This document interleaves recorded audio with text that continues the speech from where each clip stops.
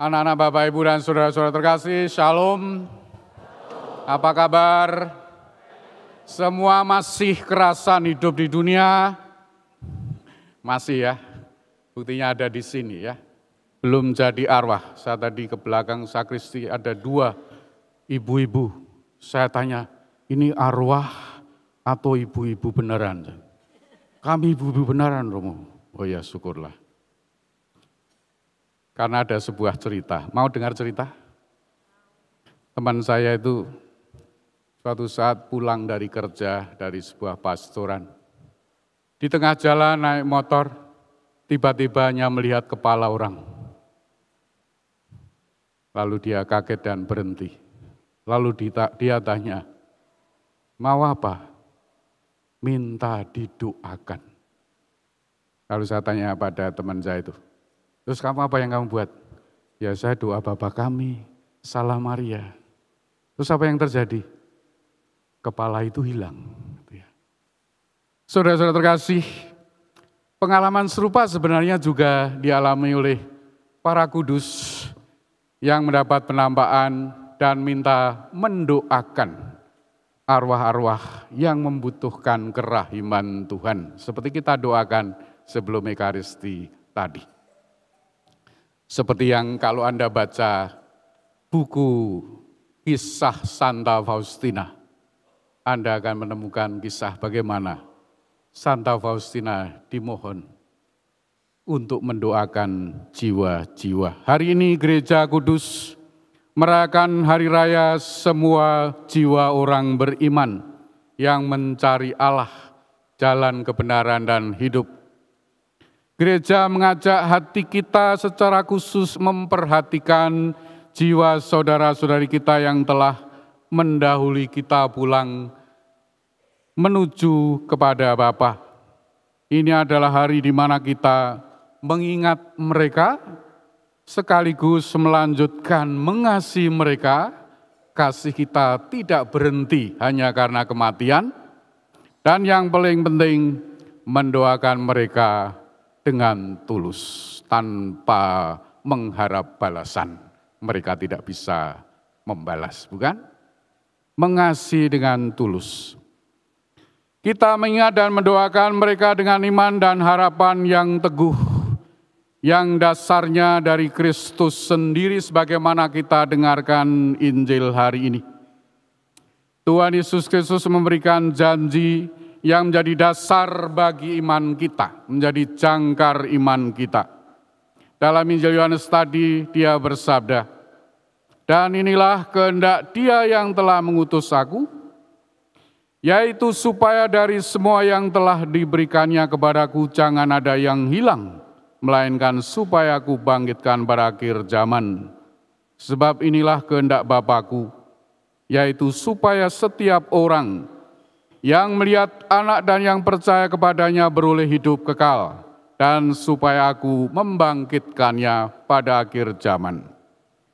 Anak-anak, Bapak, Ibu, dan saudara-saudara yang terkasih, oleh Roh Kudus kita semua masing-masing diantar melalui katekese untuk mengenal dan melihat Yesus Kristus sebagai Tuhan kita. Dan lewat pembaptisan kita menjadi anak-anak Allah yang diberikan Bapa kepada Tuhan Yesus Kristus. Lewat Ekaristi kita melihat Tuhan Yesus yang hadir secara sakramental, sehingga kita bisa berseru di hadapannya, ya Tuhanku dan Allahku, seperti Santo Thomas Rasul menghadap Yesus. Melalui sabdanya Tuhan Yesus meyakinkan kita bahwa tidak ada satu jiwa pun yang diberikan Bapa itu yang dibaptis akan hilang dari tangannya. Setiap orang beriman yang meninggal dalam kasih karunia-Nya memiliki tempat dalam rencana penyelamatan Tuhan. Maka bagi kita kematian bukan akhir, melainkan gerbang menuju hidup yang bahagia dan kekal, sebagaimana dijanjikan Tuhan Yesus.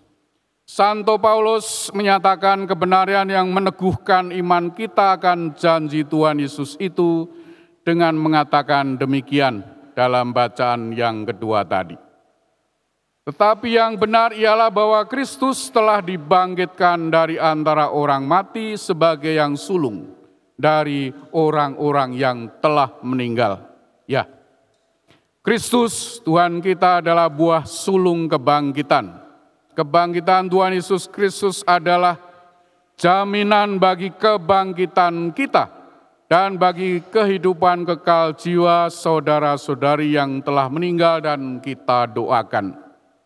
Tuhan Yesus Kristus telah wafat dan bangkit, maka janji tentang pembaruan segala sesuatu dan kemenangan atas maut telah mulai terpenuhi. Inilah alasan utama kita untuk berharap. Kita punya Tuhan Yesus Kristus sebagai porta sancta, pintu pengharapan. Kita berharap bukan berdasarkan kekuatan kita sendiri yang terbatas, bukan hanya pada doa dan puasa kita yang kadang bolong-bolong, ya, kadang-kadang jatuh, tetapi pada kuasa kebangkitan Kristus sendiri.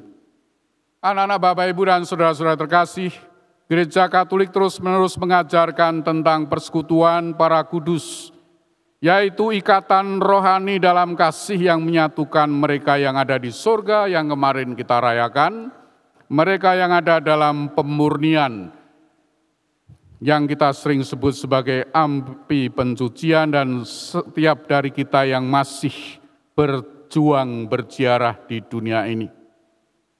Ajaran tentang pemurnian jiwa yang sering disebut api pencucian diteguhkan secara tersirat dalam bacaan pertama hari ini. Sebab jika tidak ia berharap bahwa orang-orang yang gugur itu akan bangkit, niscaya percuma dan hampalah mendoakan orang-orang mati.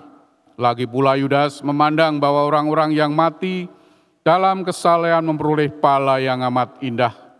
Maka dari itu ia mengadakan korban penebus salah untuk semua orang yang sudah mati, supaya mereka dilepaskan dari dosa itu.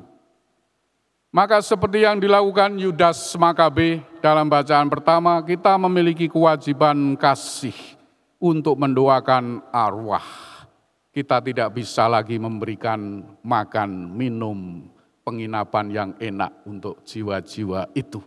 Tetapi kita bisa mewujudkan kasih itu dengan doa. Doa-doa kita termasuk korban ekaristi dan perbuatan kasih kita membantu mereka yang sudah disucikan, mengalami kasih kita terus-menerus, agar dapat segera menikmati sukacita sepenuhnya yang kekal di surga. Kita berdoa dengan semangat sebagai orang miskin yang mengandalkan kemurahan hati dan belas kasih Allah. Kita ingat minggu yang lalu kita mendengarkan dari kitab Putra Sirah, bahwa doa orang miskin menembus awan, menembus surga didengarkan Tuhan sendiri. Saat kita mendoakan mereka, kita tidak hanya menolong mereka, tetapi juga memenuhi peran kita dalam tubuh Kristus, yakni gereja yang satu, yang berisi jiwa-jiwa yang jaya di surga, yang masih disucikan, dan yang masih berjuang. Kita menunjukkan bahwa kasih kita tidak berakhir dengan kematian saudara kita, tetapi melampaui batas dunia fisik kita. Anak-anak Bapak Ibu dan saudara-saudara terkasih, mari kita merayakan hari raya ini dengan iman yang terus diperkuat, diperbarui, dan harapan yang hidup akan saudara-saudara kita yang telah meninggal.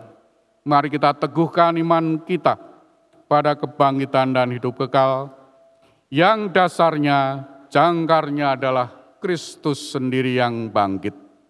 Mari kita penuhi kewajiban kasih kita dengan mendoakan secara teratur arwah keluarga, teman, dan semua jiwa yang beriman, termasuk yang menjadi korban-korban penganiayaan di Nigeria, di Myanmar, di Timur Tengah, dan sebagainya. Terutama mereka yang mungkin telah lama dilupakan. Ekaristi adalah doa yang sempurna bagi jiwa-jiwa tersebut. Maka dengan keyakinan itu kita lanjutkan perayaan Ekaristi kita hari ini, merayakan jiwa semua orang beriman. Amin. Kalau sudah amin, sudah selesai.